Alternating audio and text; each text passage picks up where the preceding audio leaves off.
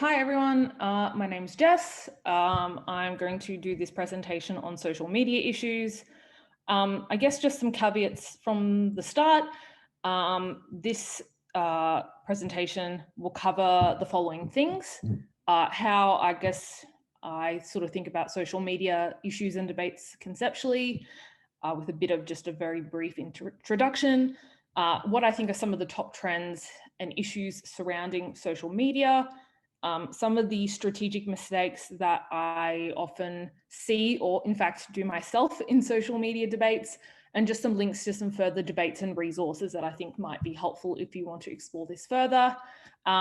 Obviously, I'm no expert, just someone who, as some of you might know, has a keen interest in social media. So this is just all from, I guess, my best understanding. I could be wrong about some things. If you think I am, please correct me. That is totally fine.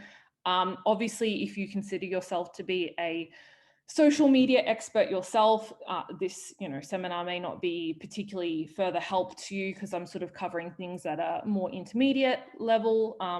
But hopefully nonetheless, this can still be somewhat helpful. I will try to check the chat periodically for any questions, but if I miss them, please feel free to unmute and shout out, or I will check at the end and happy to have a discussion there. I don't think this seminar will take the full hour. In fact, I'm not even sure if it'll take the full 45 minutes. So if it goes pretty quickly, I'm very happy to just stay and chat at the end. Cool, I think that's all kind of the basic stuff.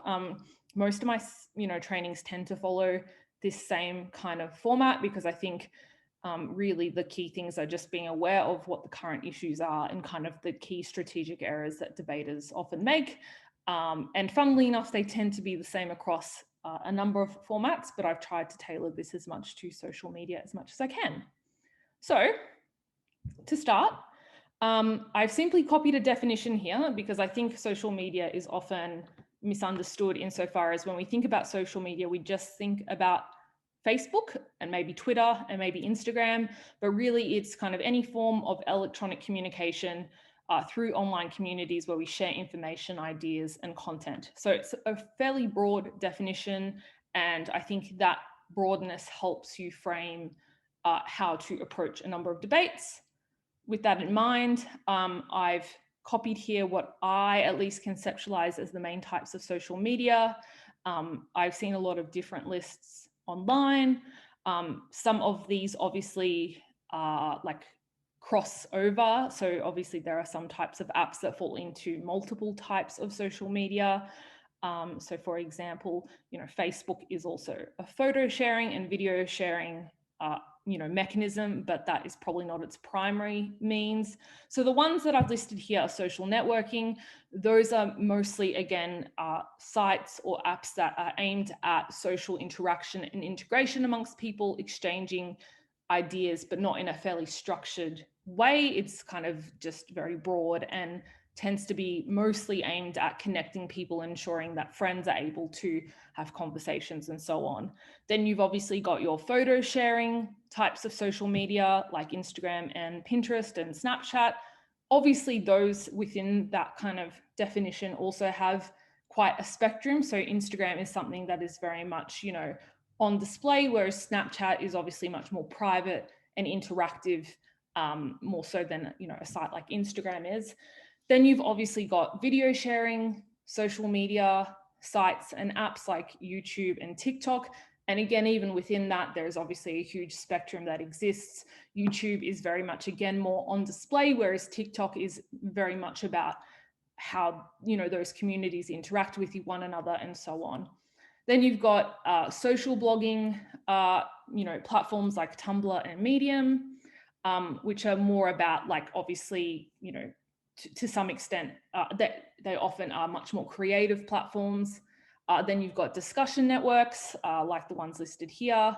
And some, I guess, people probably wouldn't class social review sites as being part of social media, but to the extent that they have a degree of interactiveness, some people would suggest, and I think it's fair to suggest that they are. So I suppose the key thing that you ought to take away from this is that social media is indeed a much broader spectrum than what we often think about when we have social media debates. Often we just talk about Twitter and Facebook without considering the other sort of apps and sites that exist here. That's obviously for good reason. They're just less prominently used, but I think it's important to consider them as like important stakeholders when we have these debates, and that'll become more apparent when we talk about some of the strategic mistakes that debaters often have. That being said, I think most social media debates tend to come down to the same sort of central issues, themes, and clashes. They often look like, how do we ensure that people's privacy is best protected, including their data? But indeed, do people even care about that? Is there some trade-off that is worthwhile given the immense benefit we arguably get from social media? Is social media good for our mental health? Does the fact that we are always seeing, I guess, a very glamorized, edited conception of people's lives mean that we're constantly comparing ourselves to one another? Or in fact, is it good that we can use social media as catharsis? Does in fact body positive videos on TikTok actually help to challenge our conception around body image and self-esteem? Is bullying worse on social media, or would it occur in real life just as much? How should we structure social media ownership? Is it bad that the same company that owns, Facebook also owns Instagram? Is it contributing to our isolation, or is it in fact connecting us more? And of course, is it actually helpful for the economy? Is it good that people and businesses can advertise products, or does that just further entrench the dominance that advertisers already have? Does this mean, and so on. So I think those prominent issues always tend to come up, and they kind of exist across a number of different social media debates. So that is, for lack of a better term or a debating term, just some framing that I think helps to keep in mind as you're approaching social media debates. I hope that all makes sense. The next thing I just wanted to talk about is some of the top issues and trends that I think exist in the social media space. And the first one is the changing nature of regulation. And I guess the quick way to summarize this is just to say that regulation is always changing, and that, I guess, is very truistic and simple, but it is true. Just within the last few months, there's been a number of huge regulations that have been introduced in a number of different countries. I've just listed two here that are quite significant, but my understanding is that they are broadly similar to the discussions that many governments are having across the world. One of them, which you're probably all aware of, is some of the recent order that the EU privacy regulator sent to Facebook, asking that it suspend data transfers about EU users back to the US. That is a very complicated order that I won't kind of get into. And to be honest, I don't even understand the full intricacies and scope of it myself. But that is what has led to, a number of you have probably noticed, if you if you use Messenger regularly, that you now can't, for example, for a lot of people, nickname people on Messenger. And in fact, what are some of the other, there's a few different quirks that have happened on Messenger, and Facebook says that that's not its doing. It is doing that because it's trying to comply with EU regulation. The EU says, actually, Facebook has just adopted a very conservative stance, and this is what it's doing.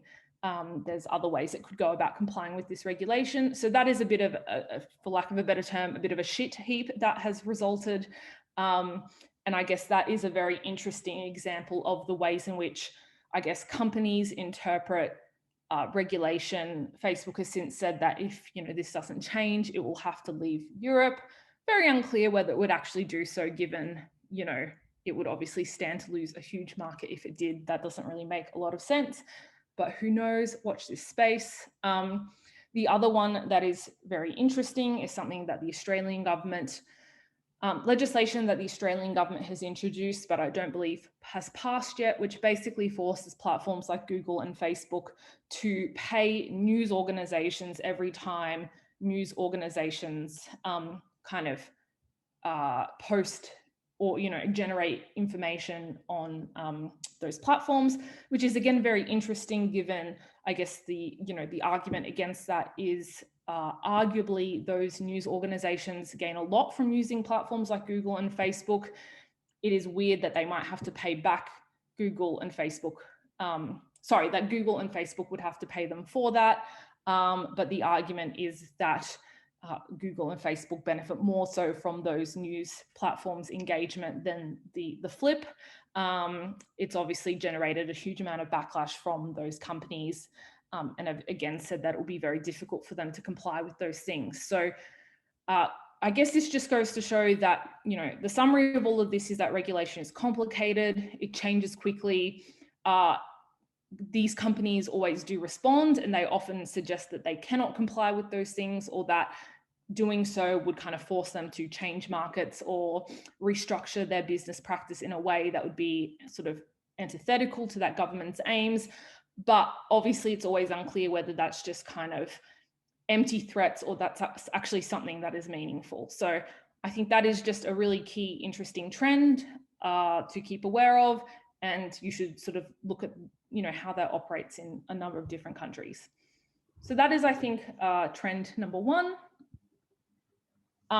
The second one, which I'm sure all of you are probably well aware of, is the extent to which social media is capable of having a massive, massive impact on the democratic process. I'm sure you've all very recently seen the fact that just in the last, 48 hours or so, Facebook and Twitter have banned Donald Trump's profile. So I think there's someone who might just be unmuted, so just maybe check that.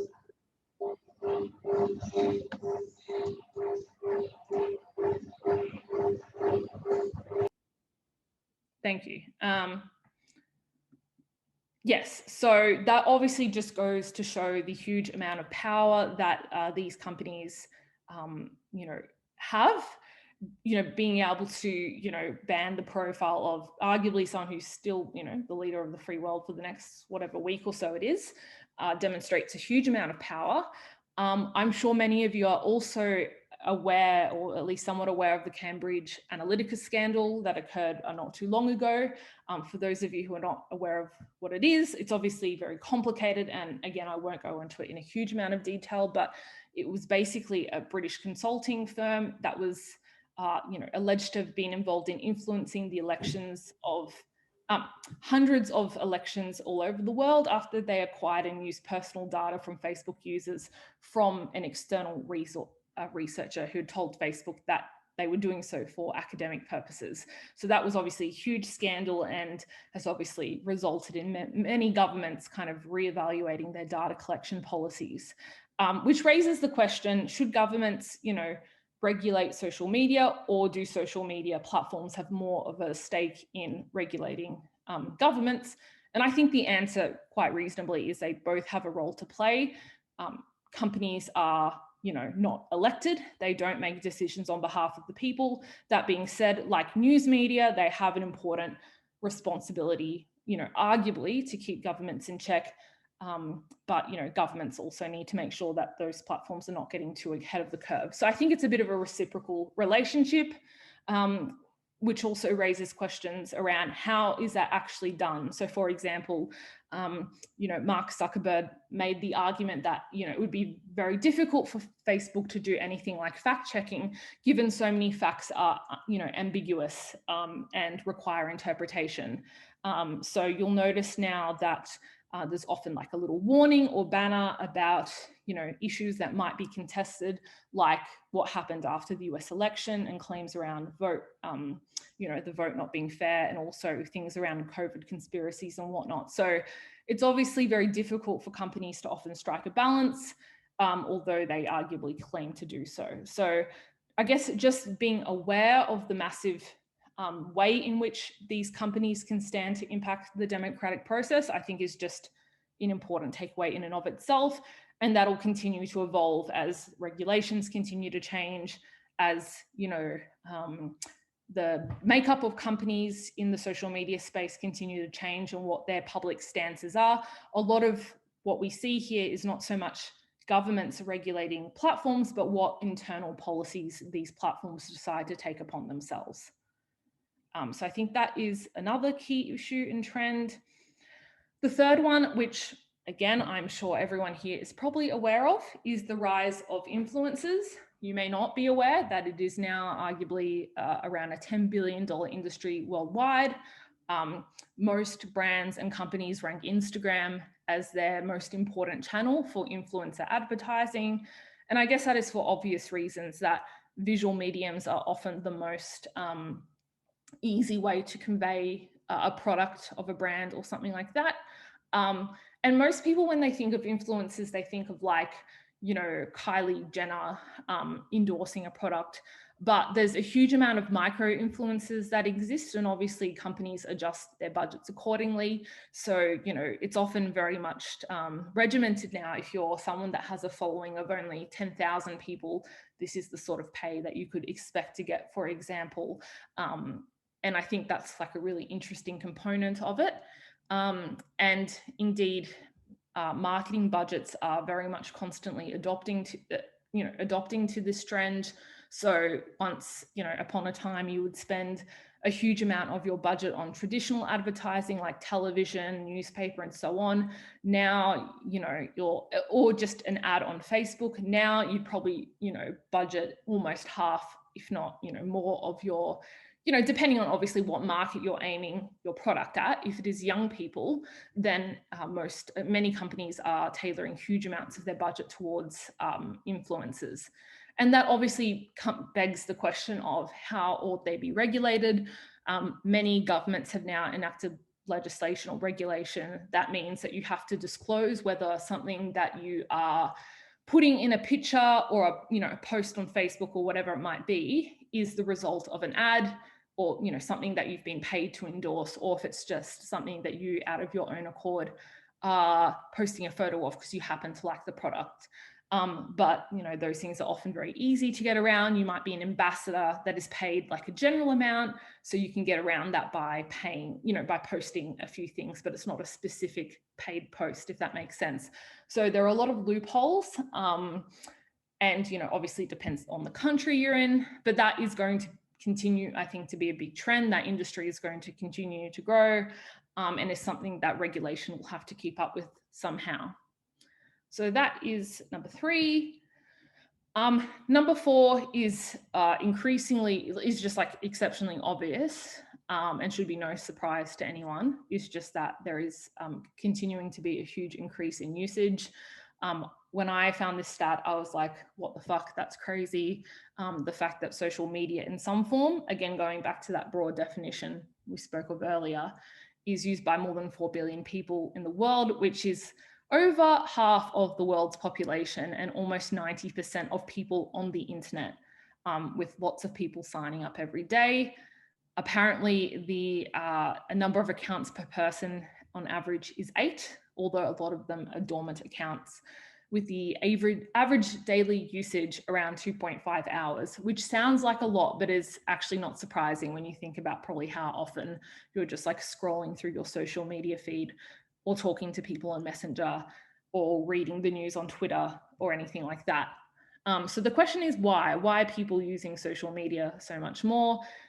Broadly, I think there's a few reasons. These are non-exhaustive, of course, but one is just that more like it's becoming increasingly permissible for young children to use social media. You know, as they get pressured at school, their friends are doing it. Parents become, you know, more accustomed to the idea that their children might want to use social media. Access to technology and the internet is also increasing, especially in COVID as well. People are bored and at home. It makes sense that they would go on social media. It often also is complementary to other things they might want to do. So for example, you want to bake at home because you're stuck at home because of COVID. What do? You go onto YouTube, you watch a baking tutorial. Those things are all complementary. And also the fact that social media is largely very much integrated these days into businesses and education. Like, think about just the very basic things that you do. If you want to know what debating events are occurring, tournaments that are coming up, how do you find them out? You follow the latest event page, or, you know, event that has occurred. So it's pretty much now integrated into everything we do. So it becomes kind of impossible to avoid, and that will just continue to increase. The last trend that I think is very interesting, and again, this is a non-exhaustive list, these are just things that I kind of think are interesting or kind of obvious, I guess, is video content. In like a number of surveys, most users rate video content as the most engaging because I guess it is stimulating in a number of different ways. You know, the audio, the fact that it's interactive and so on. A study suggests that in the next couple of years, 82% of content online will be video, which is very interesting. And a component of that, which is also growing, is live streaming, because I guess people see that as like a more authentic, unedited way of platforms and users communicating their brand to people. There's also obviously the emergence of different types of apps like TikTok, which, as many of you know, are quite exciting and are on the rise and are growing in popularity.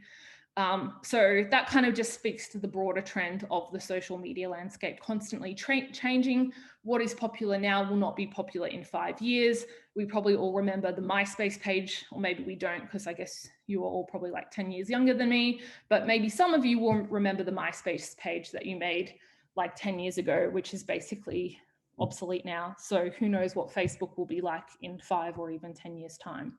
So those are some of the top trends. I'm now going to talk about top strategic errors that I think debaters often make.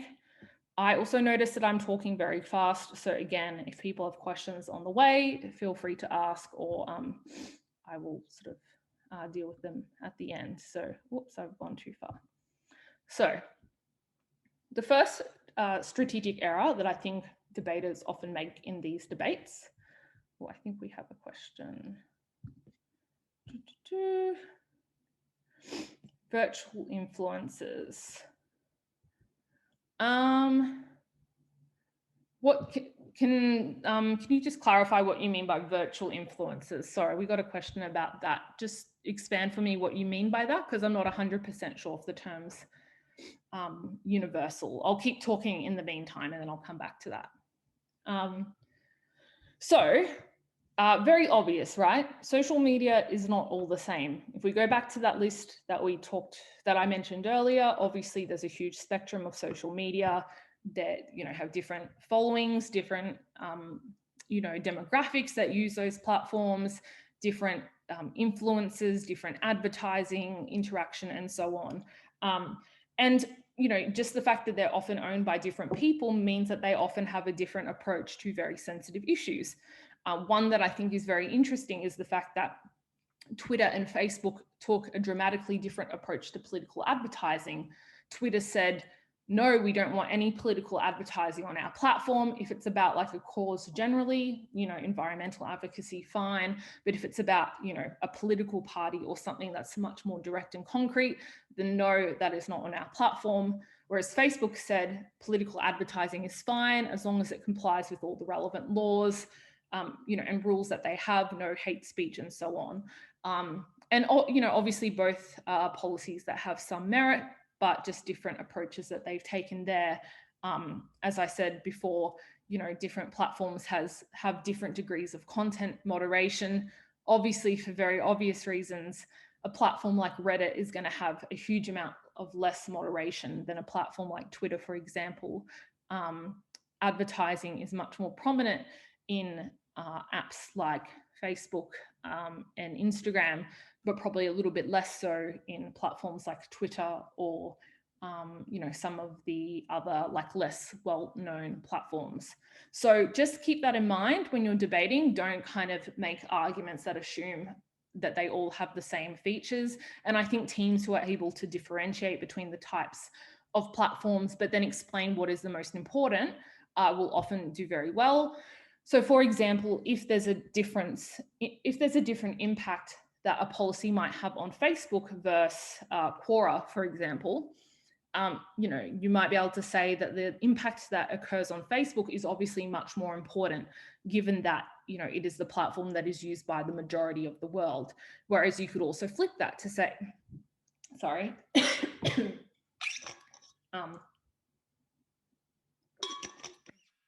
I always talk too fast.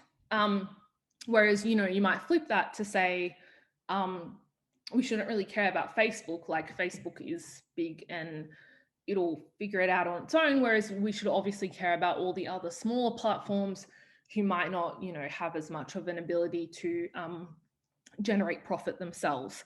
So you can always kind of flip every argument, I suppose. That being said, the caveat I've included here is that keep in mind that common ownership means that the same incentives often permeate multiple platforms. So for example, note the fact that Facebook owns WhatsApp, Messenger, and Instagram means those platforms will basically have, for the most part, the same kind of content regulation policies and so on.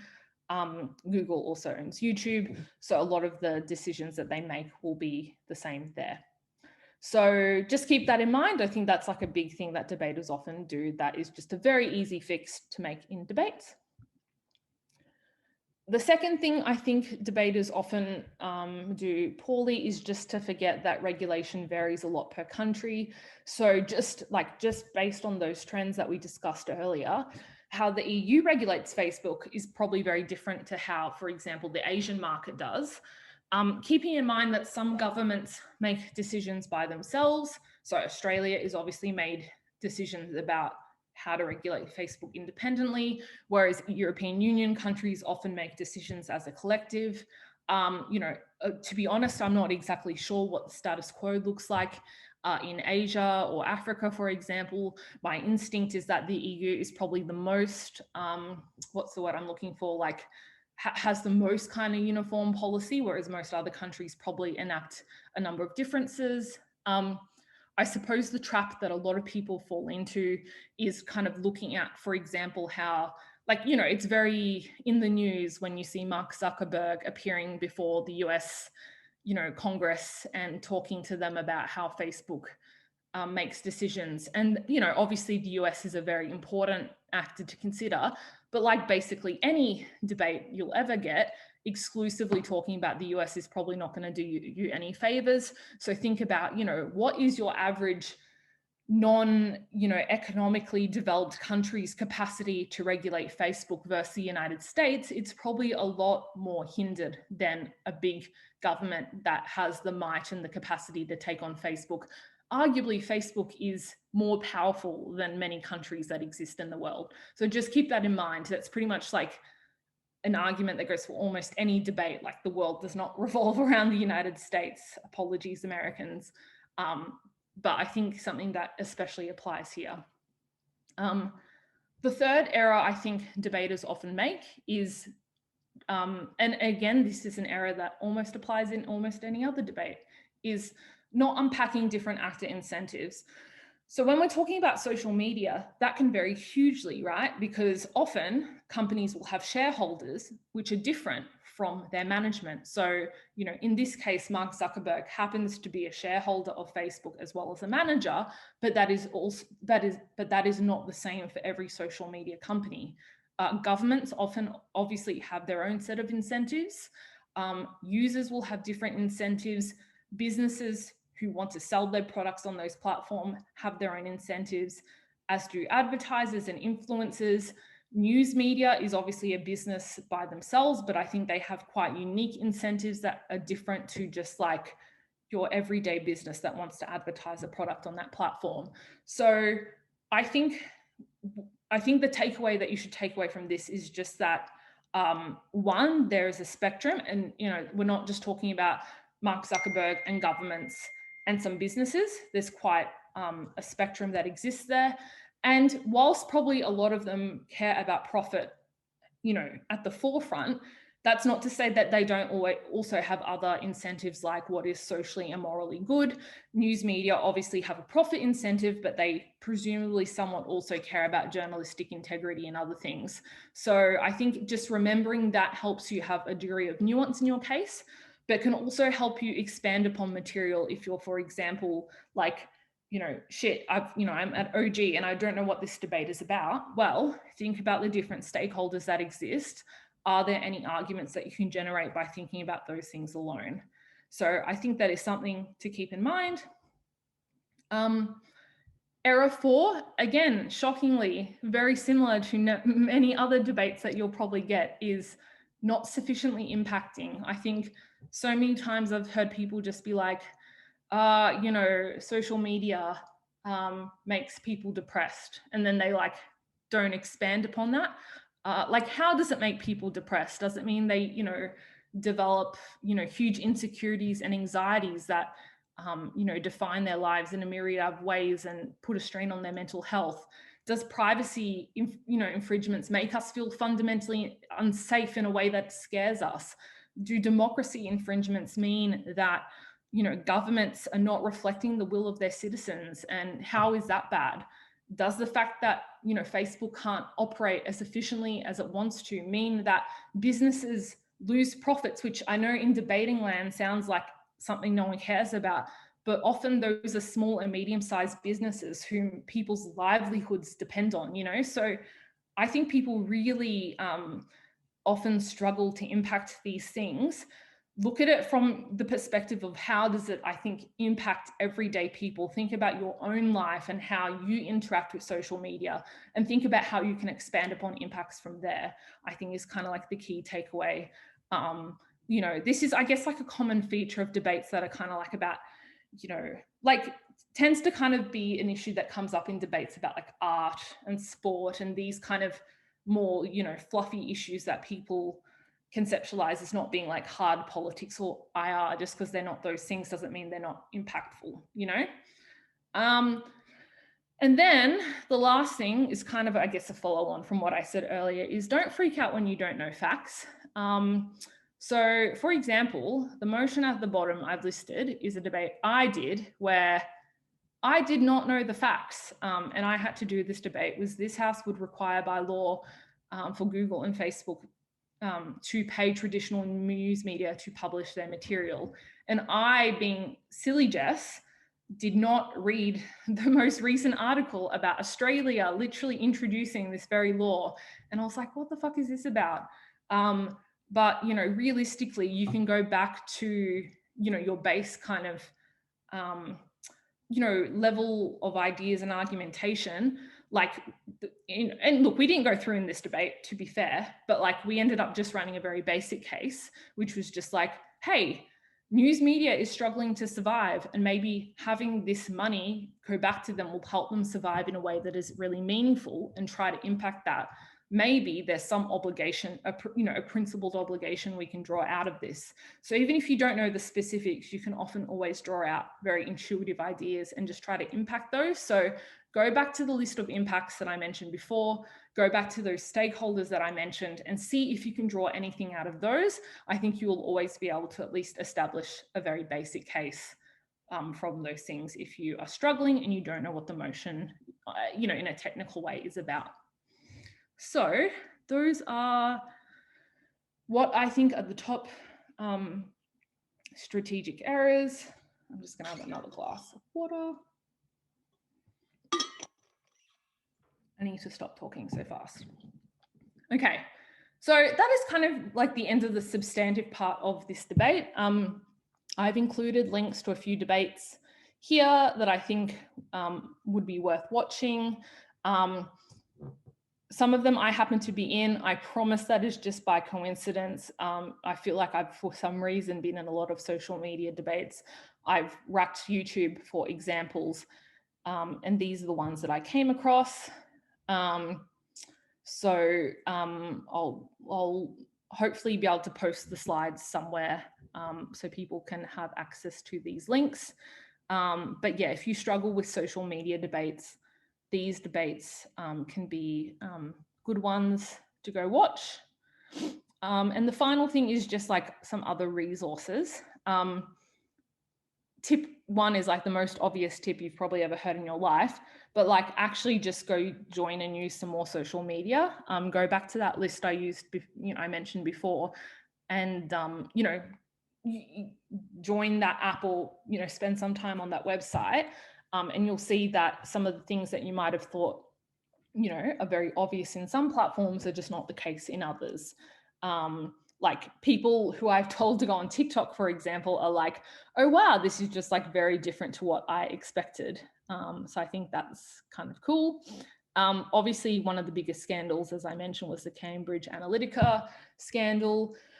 So The Guardian has like a collection of all the different articles and files from that.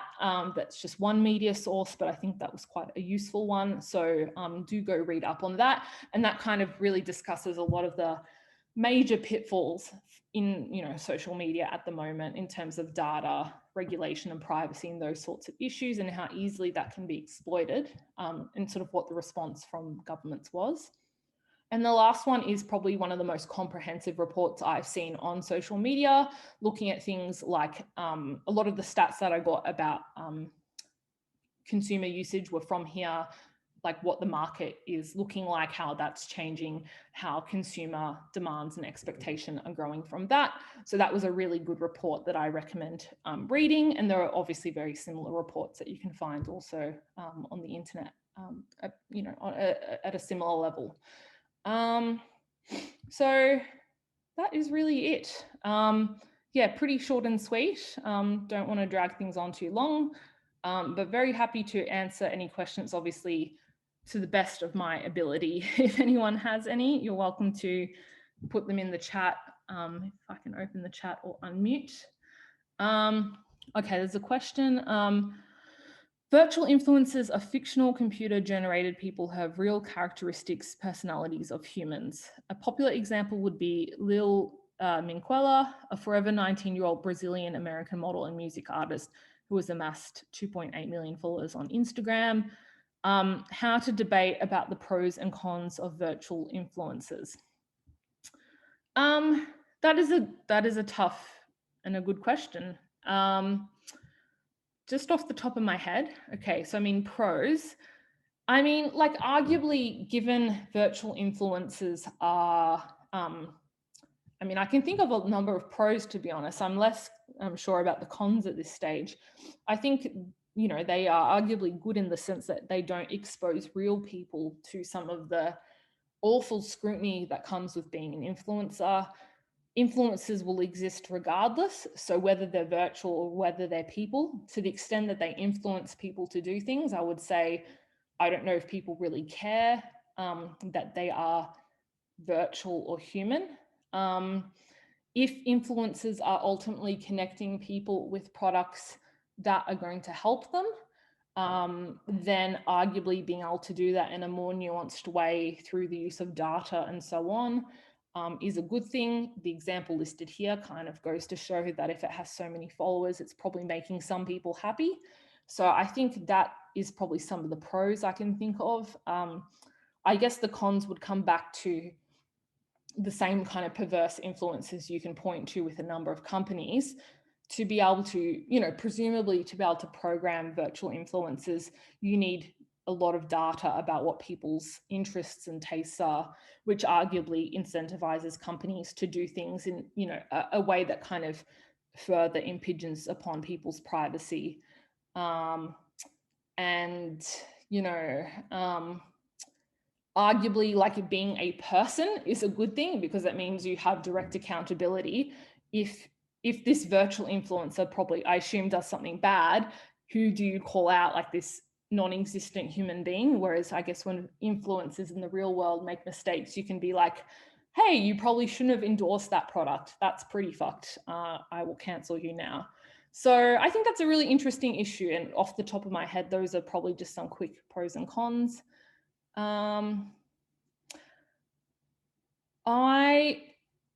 So there's a question about Parler.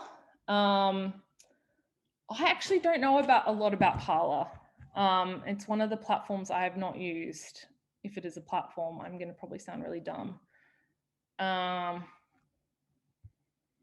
Yeah, sorry, I can't answer that question because I don't know as much about it. So that just goes to expose my own lack of knowledge, which just goes to show that there are like so many different social web, media platforms and sites that people need to be more aware of. So that is one that I will do a bit more reading about, and apologies that I cannot answer that question.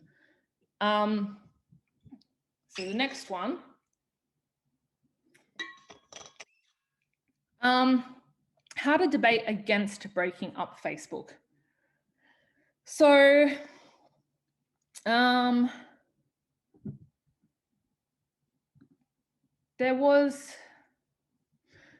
mean, I think, not to kind of repeat too much, the motion that I've showed here was a debate in round 3 of this tournament, which had a lot of good debaters.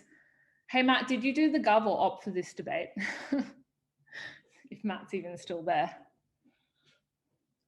Matt's probably not still there. Okay, but I think this debate is likely to show similar arguments, even though it's not about Facebook specifically. Facebook, at least in the debate that I did, was a huge component of that debate, and there would probably be very similar arguments ran. I think for the most part, the key arguments that come to mind are obviously kind of like look, and I'm not saying that these arguments are all kind of winners in and of themselves. I do think that most judges, when judging this sort of debate, tend to see this as gov-weighted, in that the arguments for breaking up Facebook are fairly persuasive. But I think the main things you can do, and obviously you have to do them well, are just one, very strongly principally arguing that just breaking up a company in and of itself because you don't like some of its practices, is wrong. If Facebook obviously, failed to comply with anti-monopoly or antitrust law, it would be broken up under the status quo. But clearly, it's fine and it complies with those things, and therefore kind of identifying it and singling out as a distinct entity in and of itself is unjust. Obviously, the first thing is just to, the second thing is obviously just to suggest that, we are capable of regulating Facebook and curbing its worst excesses without breaking it up. We can do things like, the laws that Australia is mandating. We can do things like, forcing it to regulate content if we need to. But then I think you can also contest that a lot of its worst practices are likely to be curbed internally for various actor incentives, like the fact that news media has incentives to keep Facebook in check, the fact that users obviously have high expectations about Facebook. And even though social media in and of itself is quite dominant these days, users have more social media platforms to choose from more than ever. So if Facebook does things that are dodgy, there are more incentives to leave Facebook than before. Then obviously, like the usual kind of economy of scale, etc. arguments, Facebook is useful because it connects us at a multinational level and allows us to engage with and trade business and do things, across a multiplicity of platforms and ways. And there is actually maybe we don't think about it, but the fact that Instagram is integrated with Facebook means that we can easily share images, and that is a direct benefit for consumers that makes us happy. An argument I've seen people run before, I don't think is quite persuasive, but you can run it, is just the idea that having lots of different entities under Facebook, or like a broken up Facebook, doesn't fundamentally change the way they operate. And in fact, it can often be easier to scrutinize one big entity than it is to scrutinize lots of little entities. I don't know if I'm quite persuaded by that, but anyway, that is just a collection of ideas. I don't know if any of them are like silver bullets in and of themselves, but those are kind of the main ideas that I would see to argue against breaking up Facebook. But I would recommend watching this debate. Would probably give you some further ideas. The next question was, what would you say is the difference between influencers and content creators that are sponsored by brands in their videos?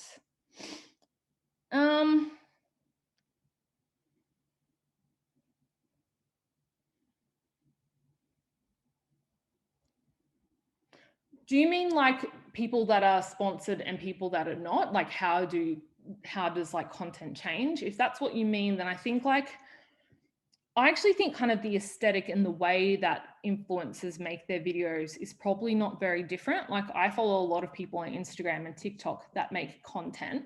The style and the image and the aesthetic is often very similar. Like I'm actually, and I guess this probably speaks to my own bias, I don't think influencers are as bad as people say, for the reason that at least most of the influencers that I tend to follow often are endorsed by brands that I know kind of go within their kind of values and like what they're kind of on about anyway.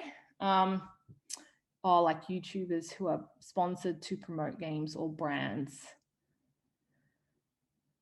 Look, I'm not 100%. Yeah, so again, to repeat, it's like the difference between influencers and content creators like YouTubers who are sponsored to promote games or brands. I don't know, like, to be honest, I don't know if there's a huge difference, but and I'm probably less familiar with like YouTubers, for example. I would say it's kind of like a lot more direct and kind of obvious that it's an ad, whereas I suppose the issue with influencers is that because often the brands are very consistent with their like aesthetic and their image and their kind of narrative anyway, you often don't know that it is like an ad, which is the issue, which is why they often ask for things like the little disclosure symbol. But I think for that same, so that's like obviously somewhat of a bad thing. You don't know if it's an ad or not, but I think you can also flip that, because the fact that you don't know it's an ad means that that product is probably keeping within something that that influencer likes, which means they're not trying to pull one on you. That is probably something that, you know, but for the ad or but for the fact that they're getting paid, they'd probably endorse and they'd probably like anyway. And they may well like, you know, post something about it as part of their day-to-day thing. Like I'm aware of the fact that a lot of influencers who have been sponsored by companies were already using those brands before they were sponsored, and what they're being asked to do as an influencer is just like display the product more prominently, if that makes sense. So there's much more of, I guess, an organic relationship, I would say, between influencers, particularly on Instagram and TikTok, than creators that are more directly sponsored, I suppose would be my main answer. But I am admittedly a lot less familiar with YouTubers and how advertising tends to interact with that platform. But that would be kind of my main thought anyway. Hope that makes sense. It's a bit of a ramble. Any other questions, comments, anything you disagree with? Any other fun facts anyone wants to throw out there?